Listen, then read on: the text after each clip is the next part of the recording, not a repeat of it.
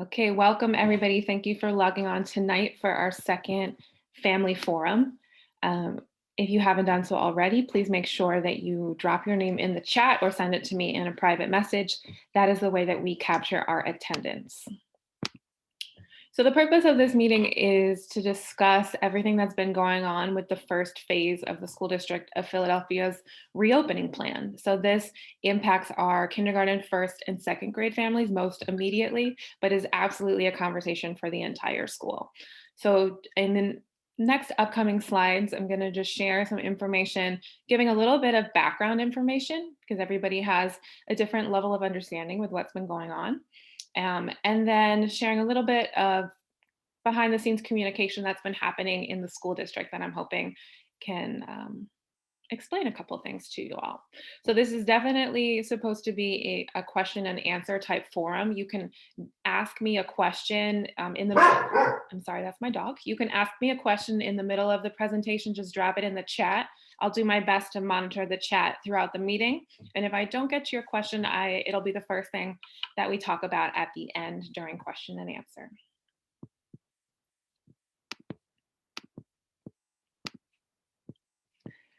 So I want to review some general information around phase one reopening, and the lens that I'm asking everyone to have as we go through this information is thinking about what does this mean for CW Henry School and what does it mean for our teachers, our staff, and your kids, our students.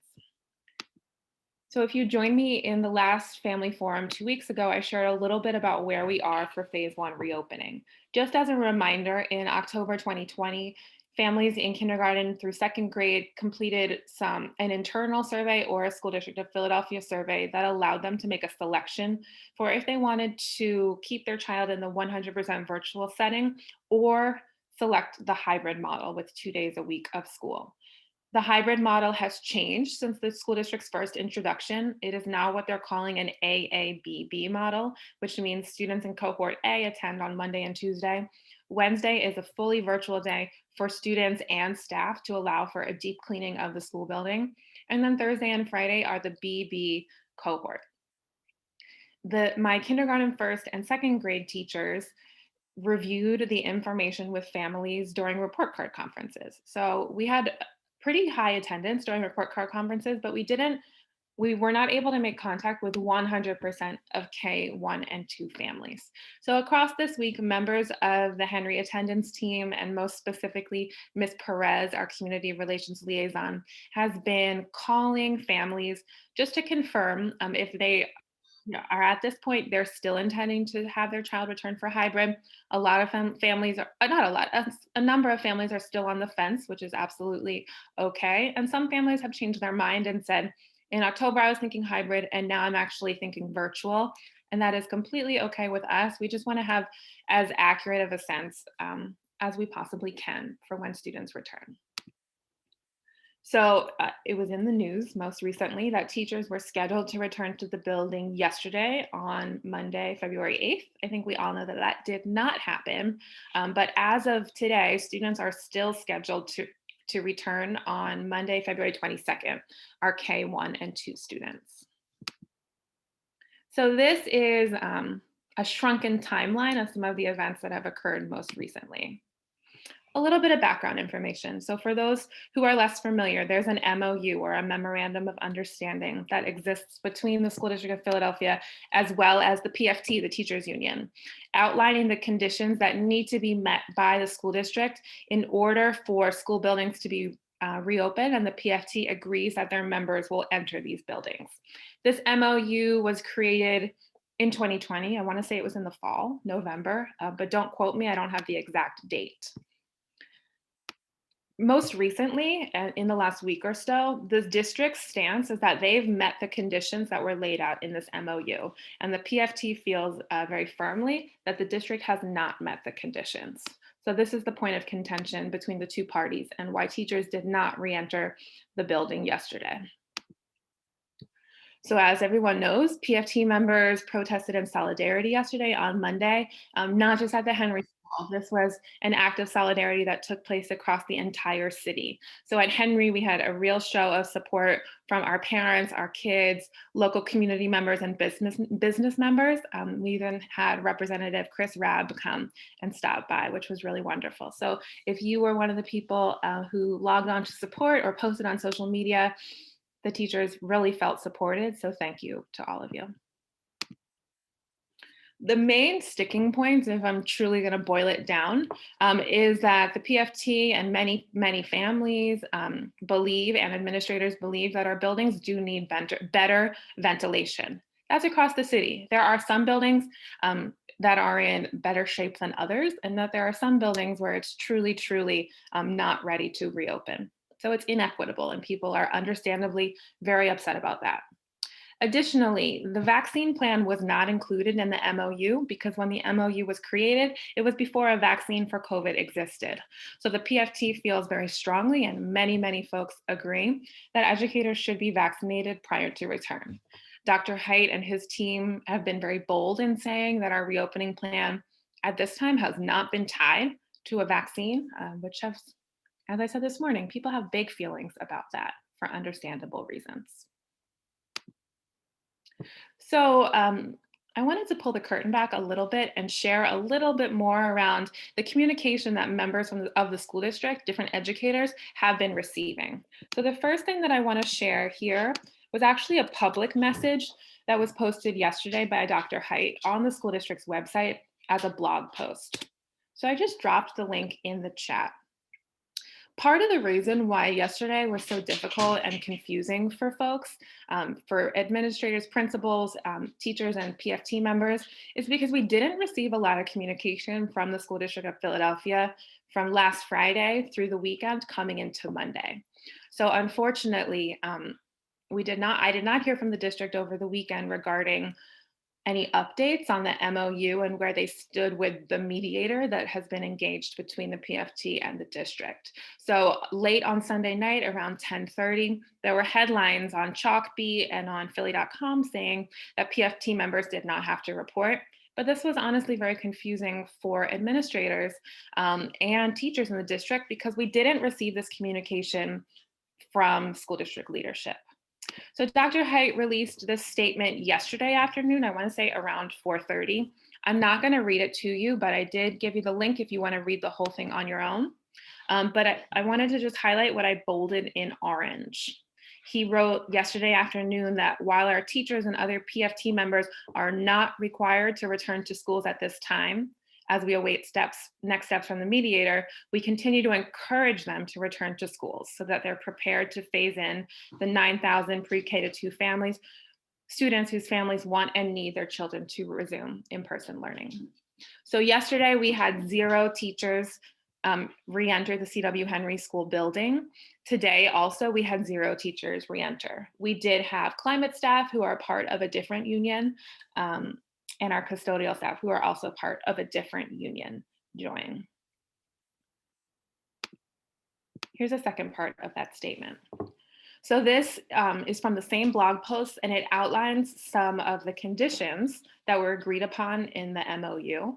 And I just wanted to provide an update of where we are at C.W. Henry School, because I know it's hard when you receive this broad information to know exactly how it applies to your child's local school. So I'm not going to go through every single one, but I will say that C.W. Henry, the third bullet point down, we do have maximum occupancy and safety signs throughout our building. They are posted outside of every classroom and common areas such as the auditorium or the gymnasium. The one thing that we're still waiting for from the district, but I've been told will arrive this week, are directional signs for our hallways, because staircases are going to be indicated as up or down the staircases only. This fourth bullet point, the pre-screening protocols for students and adults. This hasn't changed since October 2020, the last time that the district intended to phase in kids and adults. All of those protocols are publicly available on the school district's website. If you go to philasd.org and you type in AES, which stands for Advancing Education Safely, it brings you to their landing page with all of the documents and protocols for reopening. This next bullet point about PPE for staff and students is true. We have an abundance of PPE at CW Henry School, which includes the blue disposable masks that we see people wearing commonly, as well as plastic face shields for teachers and staff members. There are disposable wipes, which have at least 75% or greater alcohol level to kill bacteria and viruses, as well as hand sanitizer, classroom size bottles for use, as well as gallon size refill bottles. And I'm just thinking if I'm forgetting anything. There's a lot of PPE. We have it set up in one classroom, and we have a system in place that our climate staff will be replenishing the PPE and all cleaning supplies in each classroom. The district has rolled out a system for principals to request additional PPE when their supplies runs low. We also have plexiglass partitions in our main office on the main counter, as well as a plexiglass partition sort of in the main area that stands by the white table where visitors sign in normally. So those are the two places. There's also plexiglass in classrooms. They are set up, they look like trifold boards created out of plexiglass, and there are at least 4 plexiglass stations in every K-2 classroom. They are intended to be used and in the kidney-shaped, U-shaped tables that teachers traditionally have small groups in. So every teacher right now has at least 4. We have a couple extra that we're going to distribute evenly amongst our our K-2 classrooms. We also have had touchless hand sanitizer stations installed in the building. We did not have those prior to school closure. And we have hydration stations, which have been in place since for the past couple years. The main difference with the hydration stations is that the bubbler head of all water fountains have been turned off. That's to minimize any interactions that the equipment has with the child's mouth. And instead, we have hydration stations for students to put water bottles, and we have CW Henry water bottles for those who are not able to bring one from home to fill up and bring to the classroom.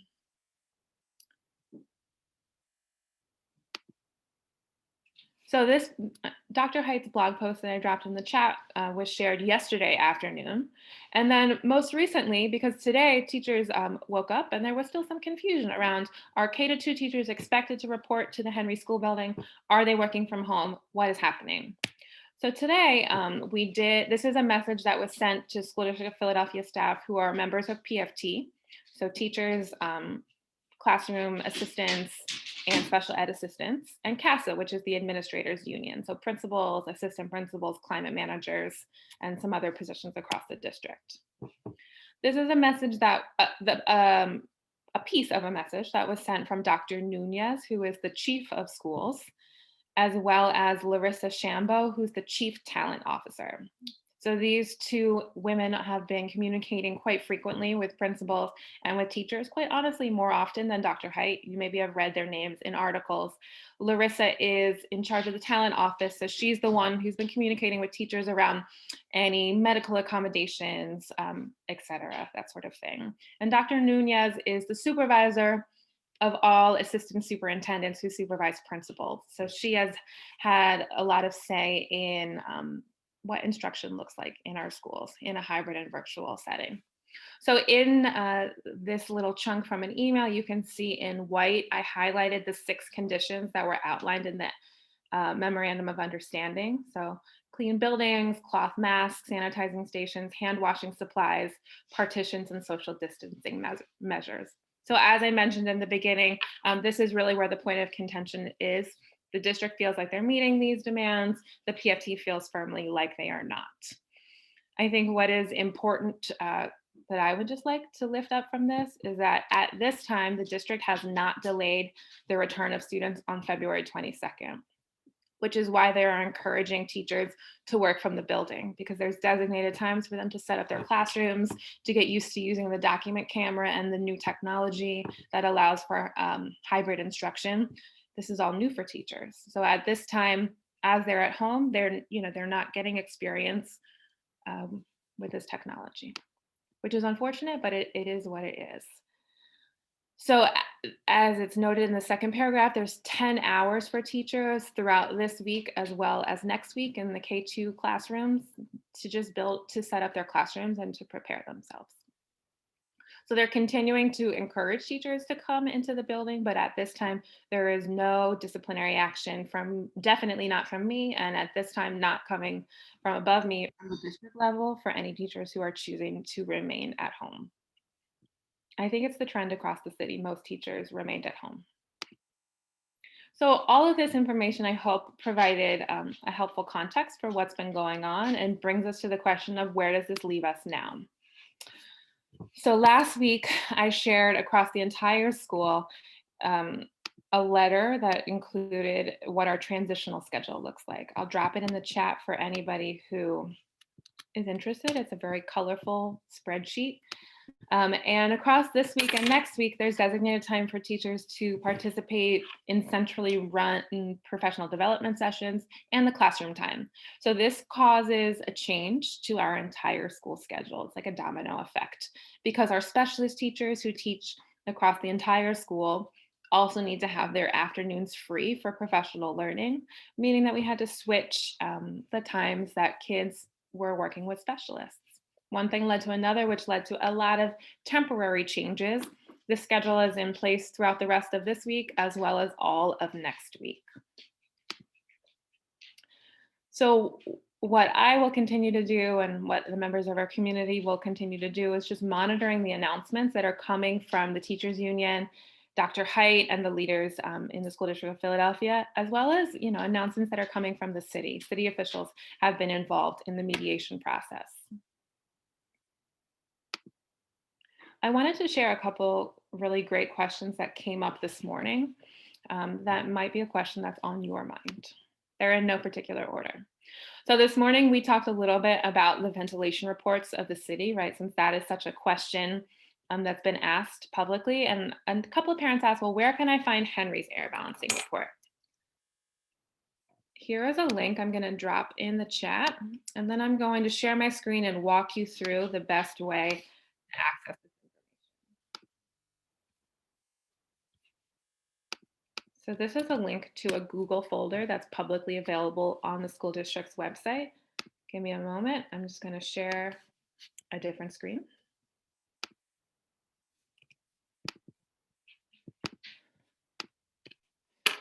So the link that I dropped into the chat is what's available if you click this hyperlink at the yellow banner at the top.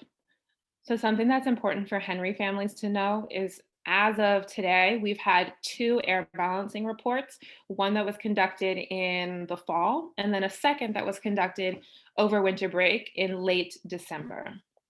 Just give this a minute to load. It's going to come up in alphabetical order. Right now, both of those reports are publicly available, and I would encourage you to look at the report from late December with the most recent information. I've asked the district to archive the older report so that families are looking at the most updated one, but let me just point that out to you if you're interested in checking it out online. So the most recent one is named Henry, just Henry ABR, Air Balancing Report, and next to it is CW Henry, which is the first report that we had done. You know that you're clicking on the correct report because you'll see at the top that it says the words retest. When you click this blue writing, it's actually a hyperlink, and it brings you to the report that was created by the company who did the air balancing. So you can click on it and see, what the results were. So this is a summary of some of our univents or unit ventilators and our exhaust fans. And then on the second page, and I know it's small, but please, I encourage you to read it on your own computer on a bigger screen. You'll see a rundown of all of the rooms that they tested and the type of ventilation system that exists in that room. So if you've heard me say univent, that's a unit ventilator.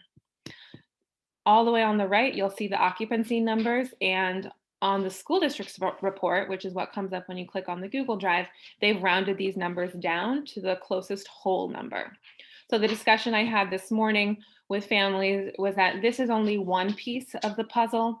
Our custodial teams took the information from our occupancy report and then paired it with the information where the square footage of each classroom was measured to allow for appropriate social distancing.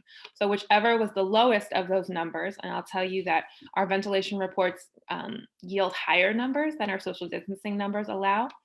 That is the number that's been posted outside of all Henry classrooms. So on average, and this is an average, CW Henry classrooms right now are safe with social distancing measures with anywhere between 10 up to 16 kids, depending on the room size.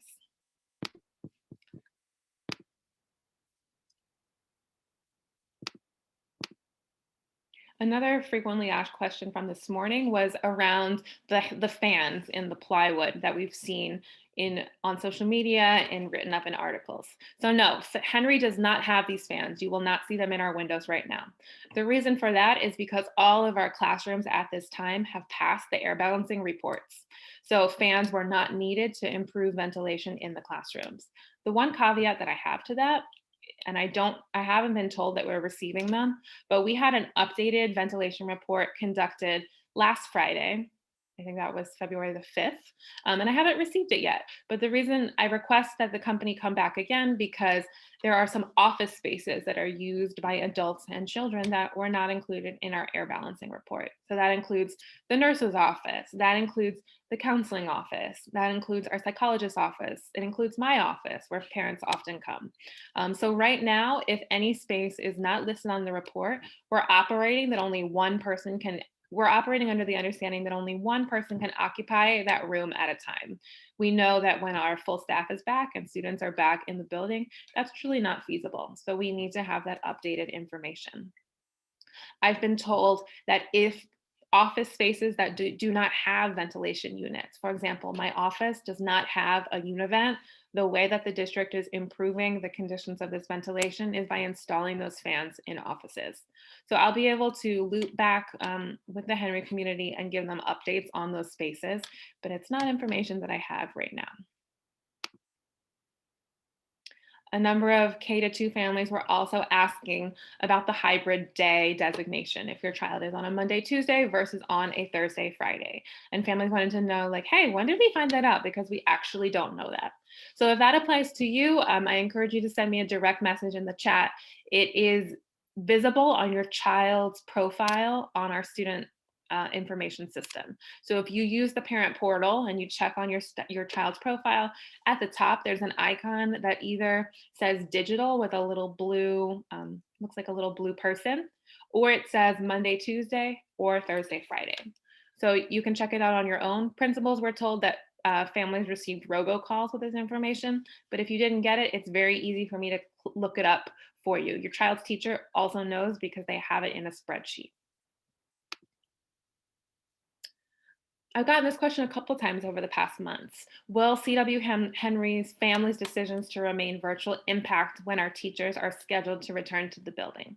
The answer to that question right now is no. Whether or not families choose virtual or hybrid will not impact whether the teachers return. The district has been very firm and much firmer than they were in October and November, the last time we were talking about reopening, that all K-2 staff, teachers and special education assistants who work with K-2 students are included in coming back to school. It doesn't matter if there are 2 kids in the classroom who are coming back hybrid or if there are 15. The teachers are all coming back, as well as the staff, Monday, Tuesday, and Thursday and Friday.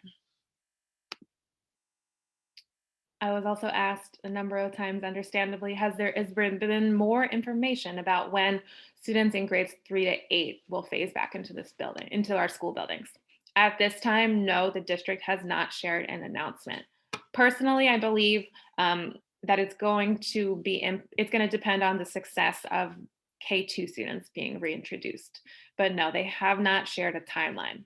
All that they have shared, and we talked about it in the fall, they have I think they call it their roadmap to reentry. The first group of students is K-2. The second group of students are students with complex needs, meaning those who are in low incidence special education classrooms, such as autistic support, or some schools have emotional support or students with multiple disabilities. They are the next phase, followed by students in grades 3 to 8. And so I'm sure these were just some questions from this morning. I'm sure there are other ones as well. So at this time, that brings me to the end of the information that I have to share. But I would love to talk to you about what you're thinking about, questions that are on your mind. So you can definitely send them in the chat. I'm going to stop sharing my screen. You can also come off mute to ask at this time.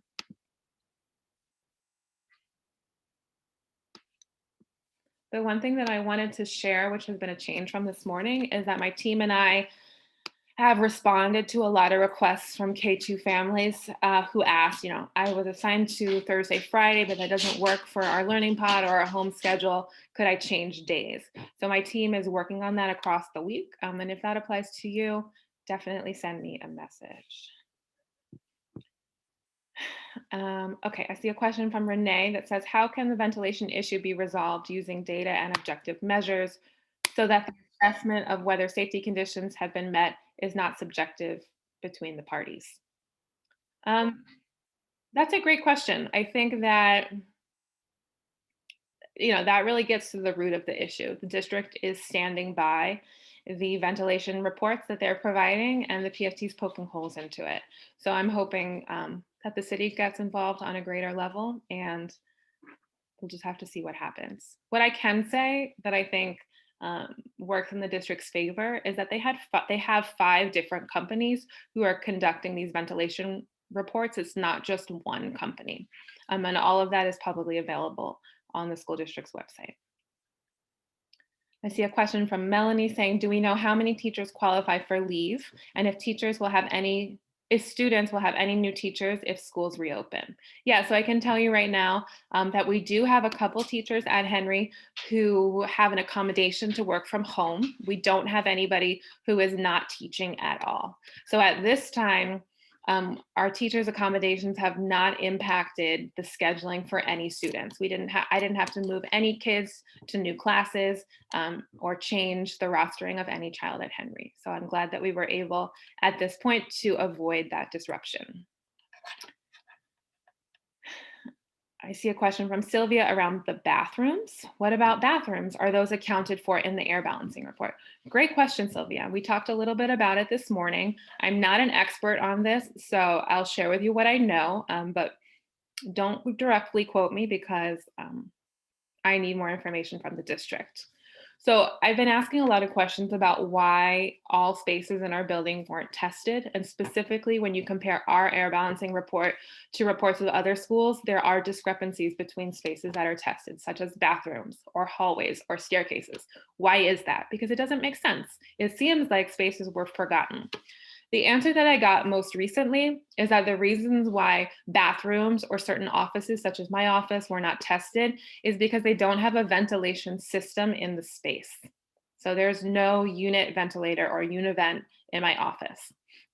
So when they come to do the air balancing report, there isn't a ventilation system to measure. So in our bathrooms, we have exhaust fans that pull air out of the spaces in our student bathrooms, but there isn't a univent or a fan running through the space. So I was told that was why those spaces are not accounted for in the air balancing report. I think it creates a lot of other questions around how do we determine occupancy in those spaces. So the answer that I got most immediately is that in that situation, the district is taking into account the square footage of the space with social distancing and determining the occupancy in that way. So in our student bathrooms, for example, when students re-enter into the building, all of our student bathrooms are going to be single occupancy, one child at a time, because they have 3 stalls, but they're too close to one another. So we're going to have one kid using them at a time. Our sinks are also too close to have multiple children in them. I don't think it solves the problem, but that's what our approach is right now at Henry. Hey, Meg. I see Meg said the city has recently called for ventilation measures for restaurants that can process 15 air changes per hour. I read that as well. That was new information that came out since the 10 a.m. meeting we had this morning. This is not the same measurement used by these air balancing reports, but is said to be the gold standard for controlling transmission of disease. Has anyone mentioned testing for air changes per hour? Off the top of my head, I don't, it's not coming to mind, But I do know that on the school district website, there is an FAQ document that's like 3 to 5 pages long where they talk specifically around the process for the air balancing report. I can try to find it and share it with you, but off the cuff, I'll tell you, no, I did not hear it talked about with that level of specificity, which is concerning, right? All right, Helen, you had a question about the changes in the schedule for students in grades 3 to 8. So right now, the main changes is that we wanted all kids to still be able to work with their specialist teachers. So their specialist periods are in the morning. So for our classes that are 90 minutes long, like language arts or math, what we've done is we've broken it up into 2 45-minute blocks, which is what the kids were doing online anyway, but rather than having 90 minutes in one block, they'll have 45 minutes at one time, followed by another 45 minutes at another time. So it hasn't changed the total amount of time that the kids have with teachers. It's just changed what the daily schedule looks like. And it's a little complicated. So if you have a follow-up question, please let me know. I do. I have a question. So now Friday schedule remains the same because you sent the schedule out, but you left Friday off. You said that was going to come out later. Yeah, so it came out last week. It's on the same document. If you click on the transitional schedule, it's a separate tab at the bottom. So for right now, we're putting a pause on our Fun Fridays because our specialist teachers don't have as much open time to create the content in their schedule. So kids are having specials on Friday mornings in a schedule that looks similar to report card conferences. Okay. Yeah, I can drop the link in the chat again if you'd like, but if you have it, check out the document. It's on the bottom. Okay. Thank you. I got a private question sent to me asking, will high-risk students for health reasons be able to remain virtual? So yeah, at this time, any student can remain virtual. Students who selected hybrid and families who are not feeling confident about the return can remain virtual. There's no penalty. I just ask that families let me know, because what we're trying to do as much as possible is balance the numbers of kids who are going to be in the building on Monday, Tuesday with how many are going to be in the building on Thursday and Friday. And so the ask that I have of families, because I understand, people are making decisions without feeling like they have all the information that they need, is just do what you feel like is right for your family. And as much as possible, communicate with us about it. So if families have chosen, they opted into hybrid, but now they're thinking that they want virtual, completely okay with me. Let us know. What I'm trying to avoid is families telling us, yeah, we're going to come hybrid for 1 week, and then the next week saying, well, no, actually, we're going to be virtual on this one day, but we'll be back tomorrow, just because it's really unpredictable for teachers and difficult to plan around that. So one way or the other, we support you. We just ask that you let us know. Additionally, I had a couple families in the last week send me a message letting me know that they had a planned vacation or they were traveling out of state and they intended for their child to return in hybrid. What should they do? So under that circumstance, it's one of the protocols listed on the district's website. We would ask that your child remain in the virtual space while they quarantine for at a minimum 10 days, longer if they demonstrate any symptoms. And your child will be able to participate in school from home. But because you chose hybrid, once the quarantine period is over, they can come back to school with their classmates. Just communicate with us ahead of time. We'll mark you present either way.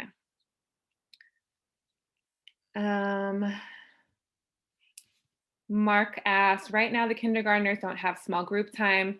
Will the old full day schedule be in effect Monday through Thursday? Yes, Mark, great question. I am the one who has the wonderful job of making all the schedules. So we've been sort of trying to wait and see. I was gonna start on it mid this week to figure it out, to see, what's going to happen. But yes, we want to get back to our full day schedule as soon as possible. It's going to look a little different than what it looked like before our transitional schedule, because one member of our specialist team is teaching 100% virtually. So we just have to figure out how all of those pieces fit together. But kids will have small group time and we will be returning to a full day of school for K-2 students. And my dog's name is Lola. Ms. Davis, can I ask you a quick question? Of course. So is it safe sort of to assume that if the disagreement remains between the teachers union and the in the school district, without getting into that, right? But like that we'll find out before the 22nd, not to right come drop our kids off since there won't be teachers there, maybe. I would hope so. It would have to, right?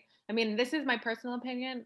I don't think any teacher is going to step foot in any school district building, Henry included, until the district responds to their additional concerns. Like, this is not something that they can ignore, and it will go away.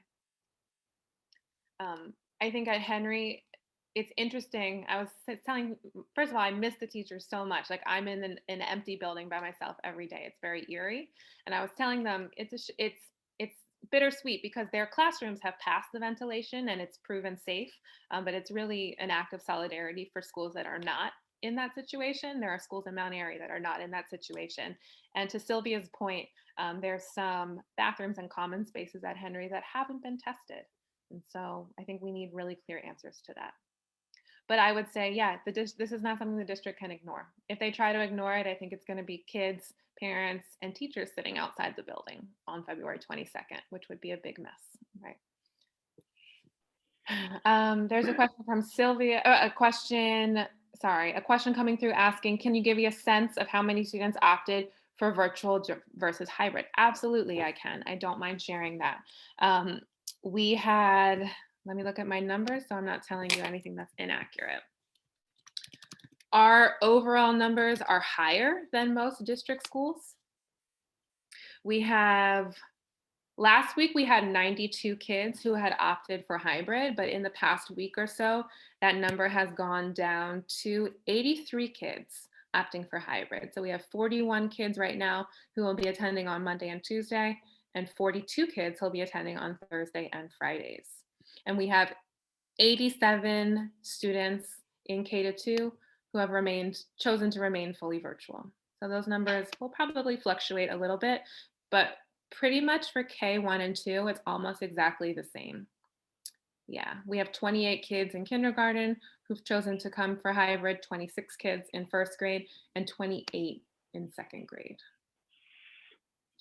Ms. Davis, I just have a follow-up question on Melanie's question earlier about leave, and specifically, if students return on the 22nd, do we have any CW Henry teachers, K through 2, who would be on a virtual leave, and so that the kids would end up coming back in person to a different teacher than they have had all year? Or do we have that situation at Henry at this point? No, we do not. Okay, thanks. Yeah. Our autistic support teacher, Miss Cost, is remaining virtual. She only has 4 students in her class, and all 4 of them chose to remain virtual as well. So they're going to continue as is. But our K1, 2 teachers will be back in the building. I see another private question that came in, or comment that said, right now, K-2 has a schedule where they justifiably so are not online all day long, which is great. How will this schedule change when teachers and students return? Will students have more live virtual instruction? Will in-person students be receiving small group instruction? Yes, they will. This is some of the planning work that we were supposed to be doing this week when teachers are in the building. So it's been delayed a little bit because teachers haven't had the chance to experiment with their document cameras and their speakers for hybrid learning. So the schedule will change because school will start at 8:30 and wrap up at 3 o'clock. It'll probably look more similar to what our first 2 marking periods looked like before a transitional time. And then teachers are going to be working really strategically to figure out small group time for their kids. So every single child at Henry is a part of small group learning, but the schedules may change when we have kids back in the building, just depending on who those kids are and what their academic needs are. I see a question from Meg asking, can you tell us a little bit more about what a hybrid day looks like? In-person students doing their work on Chromebooks or virtual students doing the same from home? Yeah, that's a great question and something we talked about this morning. So in preparation for hybrid learning, CW Henry teachers and some Henry parents have helped with this too. We're trying to learn as much as we can from suburban districts and other local districts who have had a hybrid approach to elementary school in the past couple months. So, for example, we have some families who live in Cherry Hill. Cherry Hill's elementary schools have been hybrid now for a couple months, and so we're trying to learn from people who have experienced that learning curve on their own. I can't tell you 100% what it's going to look like because, as always, the teachers have a lot of say in this. But what we are thinking about is how we're using the smart boards, which we have in every single classroom, partnered with document cameras that teachers have and the Chromebooks that students have. So we want the children who are remaining virtual at home to still have a school experience. The way that we're thinking that that's going to happen is that the teachers are going to project like a grid view of all the students on Zoom onto the smart board of the classroom. So then that allows the students in the classroom to see the kids who are at home. The opposite side of that are how do the kids at home feel a part of the classroom community? So that's the part that we're still figuring out. There is a speaker that's going to be connected to Zoom that's going to allow the teacher to have somewhat natural conversation with the kids who are at home. What we are trying to avoid, and what I hope to avoid, is having kids sitting at desks looking at a Chromebook. It just doesn't, to me, it doesn't seem like that's why families are sending students back to school. But if a kid doesn't have their Chromebook, it's much more difficult for them to interact with kids who are learning from home. So that's the tricky situation that we're working to figure out. If anybody has personal experience with that and they'd like to share their wisdom, we're all ears. Teachers kicked off their professional development today. There's 3 required sessions. I attended one of them this afternoon, and 2 of them are focused exactly on best teaching strategies for hybrid learning. If you have follow-up questions, please ask. Oh, and I see Melanie's question. If kids are in hybrid learning, how much screen time will this be? Will they still be on their Zoom calls? So I don't have specific numbers to share with you now, but the district has released some recommended or sample schedules for all schools. So this is always our starting point.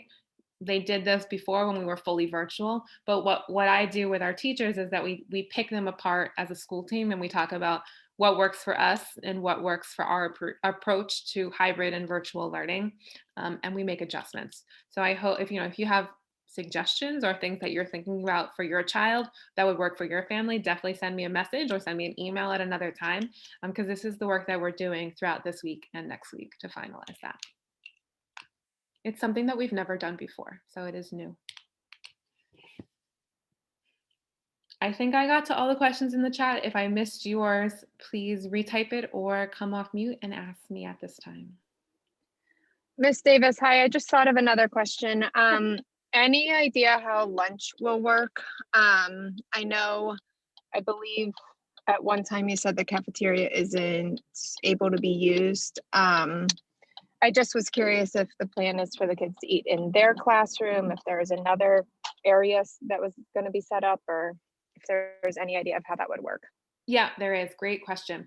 So I think I shared earlier that we did have, and if the time is all running together. So if I didn't share it, the air balancing company returned last Friday to survey a couple additional spaces in the building. The cafeteria is one of those spaces. So the Univent system in the cafeteria was non-functional the last time that it was tested.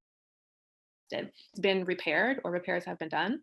So they came back last Friday to test the air balancing. That's going to determine whether or not we use the cafeteria when students re-enter. Regardless of if we use the cafeteria, I know right now that we're going to have a staggered lunch schedule. So the reason for that is because last year, which feels like a lifetime ago, we had 3 lunch periods where students came with 2 other grades. What I think we're going to do when kids come back to the building is still have 3 lunch periods, but 1 be just for kindergarten, 1 be just for 1st grade, and 1 be just for 2nd grade. That's important because it allows us more opportunities for social distancing when kids play outside. It's very important to me that we still have recess when kids come back to school. Some schools are avoiding that to try to minimize any germs or physical interactions, but I think that kids really need the opportunity to run around and play. So we will still have recess. And the safest way that we can do that is by having a more controlled number of kids outside at one time. If we're unable to use the cafeterias, our first backup plan is that we're going to use the gymnasium as a cafeteria space. So years ago, when I was a student at Henry, the gym actually was the cafeteria. So that is our first backup plan. And if for any reason we can't do that, our second backup plan is to use classrooms as eating spaces. That is the last choice. Teachers usually don't like it when kids eat in classrooms. Principals don't like it either because then we have food in rooms. And also it's really important that teachers have that 45-minute lunch break uninterrupted where they can sort of unwind in their classrooms without having to leave the space and go somewhere else. So that is hopefully not what's going to happen, but that is the backup plan if needed. Recess. Yeah. Sorry, I was just gonna say thank you. Do you know if, like, will they still use the long tables that are in there? I know, at least in my district, they actually set up desks as like individual, places where kids are eating. So I just was curious. I didn't know how many kids would be in there at a time, but. Yeah, that's a great question. So for right now, we are planning to use the long tables.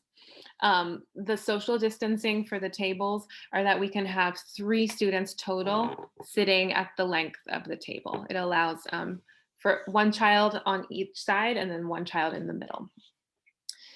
If we move into the gymnasium, I think that's a great idea. It would be much easier for us to bring extra desks downstairs to have kids eat rather than the very heavy cafeteria tables.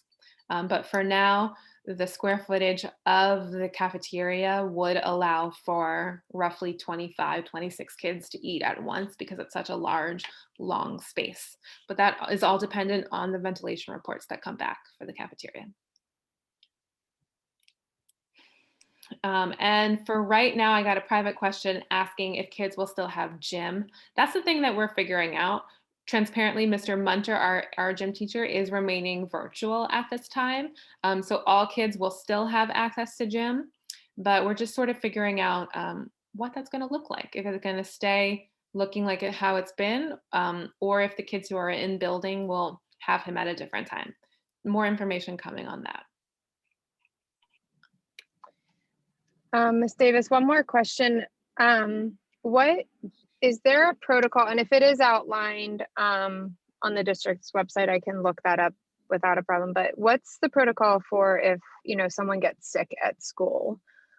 Is there a separate space, besides the nurse's office that will be used, or is it just the nurse's office?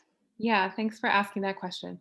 So I made a couple changes this year, and there is a separate space, and that was the reason for the changes. So the space that was formerly the nurse's office is now Mr. Brogan's office. We switched it. And the room that was Mr. Brogan's office down the hallway on the first floor is connected to what was our staff room. So right now, we no longer have a staff room. Those 2 rooms have been turned into what I'm calling the nurse's suite. So our staff room is now the nurse's office with a bathroom and all of her equipment is in it. And then the room that was Mr. Brogan's office is what the district is calling a medical waiting room. So that is a separate space for any child or adult, any person in the school building who is exhibiting symptoms that are COVID-like. So it's a separate space where a child or a person can wait to be picked up if they need to be picked up, and not in the nurse's office. So if the nurse is seeing other children, it's contained. And I think it's a good thing. I'm glad that we have these 2 rooms side by side. They're connected because it creates for more privacy and allows it to be a little bit more separate. Thanks. And do you guys have, I'm sorry to be dominating. And do you guys have like a specific protocol for the nurses, for example?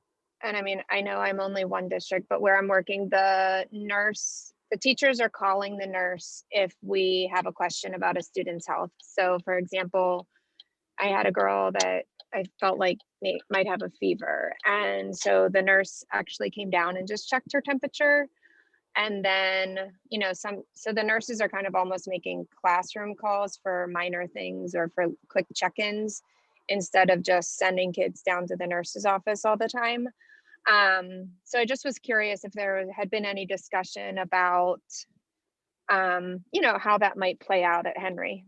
Yeah, there is, and I think I missed part of your first question as well around protocols. So there definitely have been additional protocols released for what we do if a student tests positive, what we do if a student is exhibiting symptoms but hasn't had a test yet, and also the logistical ways that we're going to respond within the building if a child is demonstrating any sort of sickness. So I will make sure that I think it would be helpful, honestly, if I put them on the Henry website so that I could direct people to one page rather than having people search through them. But I know that principals received a manual a couple weeks ago calling a hybrid learning manual, which had some really great graphics that showed the chain of command for what letters will be sent out when and to whom, which I know were the questions that a lot of families had in the fall, right? If a child tests positive in their classroom, how are we going to be notified and what's the timeline? So they do have a flow chart that outlines all that. I'll make sure to share that in my next letter to families.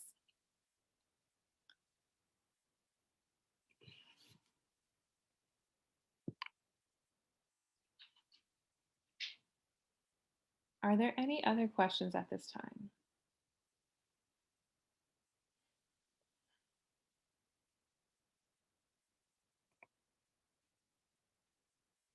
Okay, it seems like that might be the end. So if things come up for you as you're making this determination for your family or thinking about what this means for your child, reach out to me, send me an email. I know that we're making a lot of decisions in what feels like a very short amount of time, and that is difficult. If you have a question connected to anything I shared today, but you want to ask it more in a private setting, hang on in the meeting. I'm not signing off at this time. But otherwise, that wraps up tonight's meeting. I appreciate everybody signing on today. I will tell you that our next meeting is scheduled for Tuesday, February the 23rd. But if we are moving forward with students returning on the 22nd, I'll make sure to open up a space for parents to log on and ask any questions before kids are scheduled to come back on the 22nd. All right. Thank you, everybody. Thanks for taking the time. Enjoy the rest of your Tuesday, and we will be in touch soon.